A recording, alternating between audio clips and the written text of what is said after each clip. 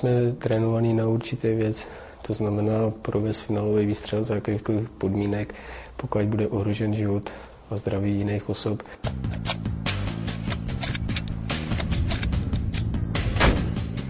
Tomuto muži je přes 30 let.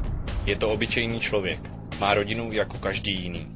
Přesto o něm z jeho blízkých málo kdo ví, co je jeho skutečným povoláním.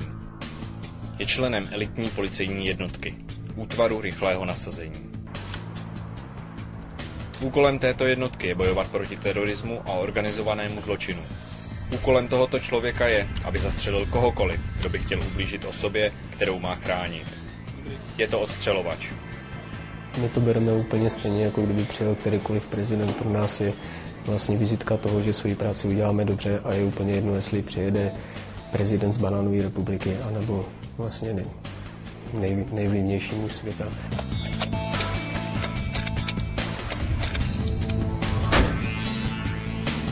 Ta práce začíná vlastně 2 až 3 měsíce před příletem té VIP osoby, kdy se dělají různé objekty, dělají se typové plány. Ten tým se snaží realizovat všechny místa, kde ta VIP osoba se bude pohybovat. Trasa VIP osoby je chráněna do posledního okamžiku. Vlastně podléhá stupni utajení a i my jsme nutní improvizovat. To znamená, že i my neznáme přesný pohyb té VIP osoby, která sem přijede. To znamená, když například budeme chránit letiště a VIP osoba nám přeletí úplně někam jinam, úplně na jiný objekt, my se musíme i hned zbalit a realizovat prostě i z vody prostě tu ochranu tak, aby byla co nejlepší.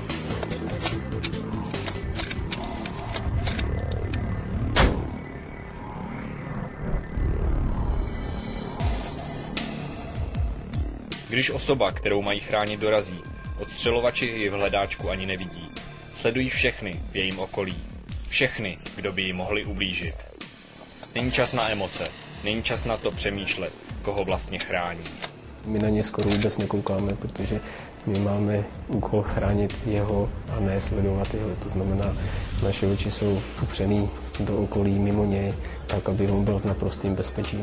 Ten člověk nad tím nepřemýšlí, jakmile prostě vezme pušku, postaví se na ten post, vezme dalekohled do ruky, tak prostě pracuje jako automat. To znamená, má najít určitý postupy, přidělený svůj sektor a snaží se prostě podle taktických zásad dělat svoji práci.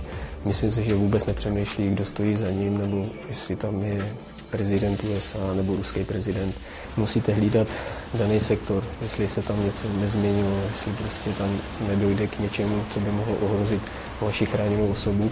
A zároveň musíte být připraveni na to, že pokud k tomu dojde, tak musíte být v co nejkratším okamžiku schopný projít finálový výstřel. To znamená mít jasnou představu o svém sektoru, o vzdálenostech, o povětrnostních podmínkách, tak, aby pokud k tomu dojde, tak byste ten výstřel provedl naprosto precizně.